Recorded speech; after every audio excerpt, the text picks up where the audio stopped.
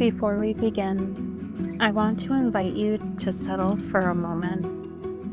If it feels okay, notice your body where you are right now. Notice your breath.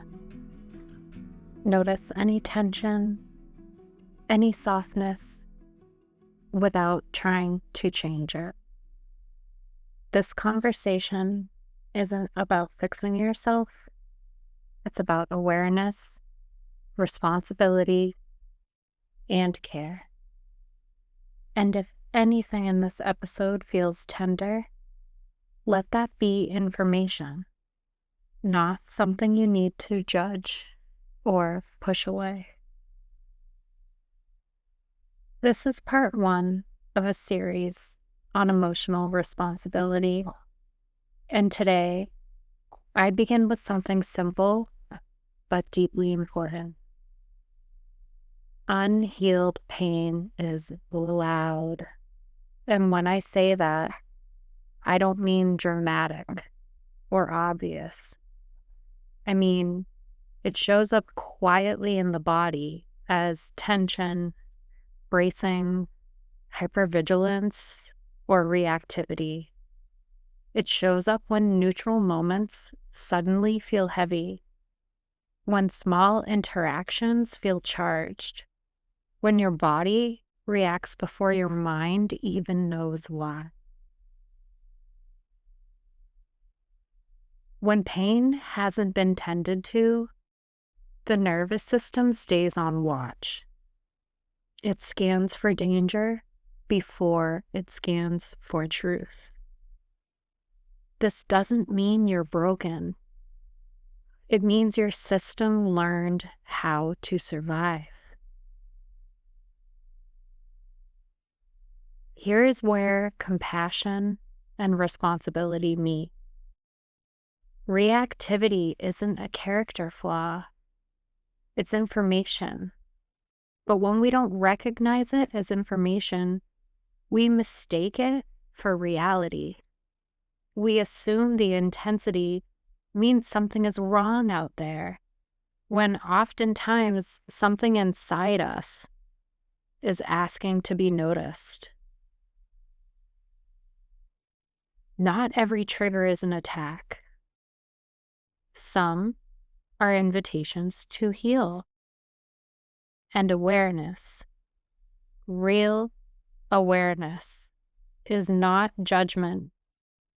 It's the first act of care. I want to slow this down for a moment now.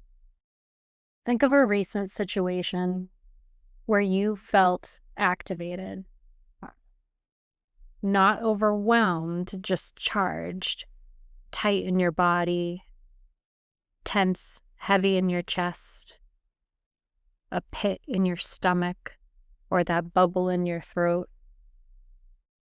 Before the story you told yourself about it, what did your body do first?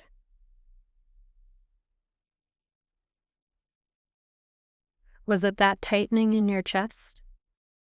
Did you clench your jaw? Did you feel like you wanted to vomit? Sensation comes before the story. And when we learn to notice the sensations without immediately reacting to it, something shifts. So when you're in that charged moment, you feel like you want to throw up, or your fists clench, or you feel that pit in your stomach. When we observe it before we react, we move from projection to presence. Emotional responsibility doesn't begin with control. It begins with noticing, with awareness. These are the first steps. Noticing when your system is tired. Noticing when old pain is asking for attention. If someone looks at you a certain way at a store, and you're instantly fueled with rage toward this person you don't even know, who might not even be looking at you. They might be looking at an item behind you, trying to see if the store has a specific brand of something they're looking for. And that look has nothing to do with you, but you think they're giving you some sort of look like you did something wrong. Before you get angry at that person, observe your body. Tune into those sensations. What are you feeling, and exactly where are you feeling it? The more that you do this, the more it becomes repetitive, the more and quicker, easier it becomes for you to heal these wounds from the past that we have stored in our body. You know, everybody tells me, oh, you got to read The Body Keeps the Score. Honestly, I have a hard time reading books, so I try to read books. My husband jokes with me because I literally will carry a book around with me, around to stores, the house, the skate park, wherever I'm going. I will carry a book and I can read a few pages, but I just put it down. I have a hard time reading. It might be because I'm dyslexic, but a lot of this wisdom that I share with people, they're like, oh, you got to read this book. This sounds exactly like that wisdom. But this is all stuff from lived experiences that I'm pulling out. And what I've learned is the more you repeat something, especially with this, the more it becomes seamless. And in those moments, the more you practice it, the more you practice tuning into those sensations in your body, the quicker, the more rapid it will surface for you, the source of that pain that you stored in your body when you were yelled at 4 years old for taking a piece of candy before you ate your vegetables. That freeze moment, that shock moment where your system was overloaded. And of course, you're 4, you can't work through this process, this healing process, when you're learning emotions as a child. So it's going to be stored in your system.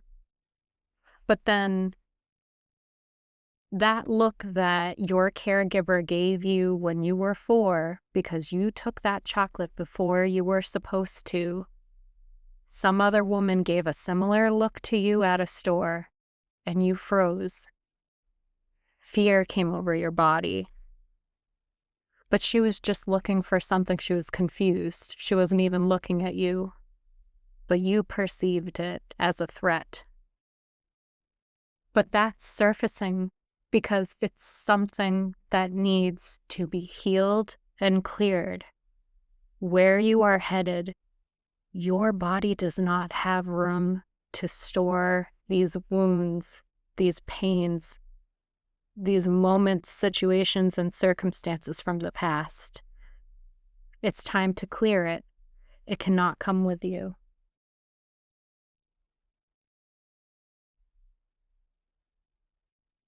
Emotional responsibility does not begin with control. It begins with noticing.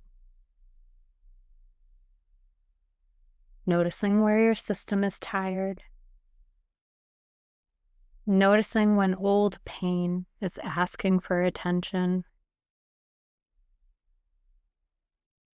Unhealed pain gets louder. It gets louder to help you. It gets louder because it's knocking on the door, asking for you to just notice it. Just to notice it. Because when you notice it, you can do something about it.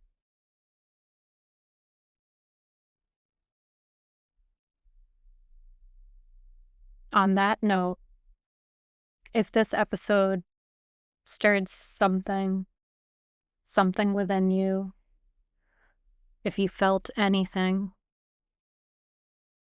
allow this to be a soft beginning. You don't need to fix anything today. Awareness is enough for now.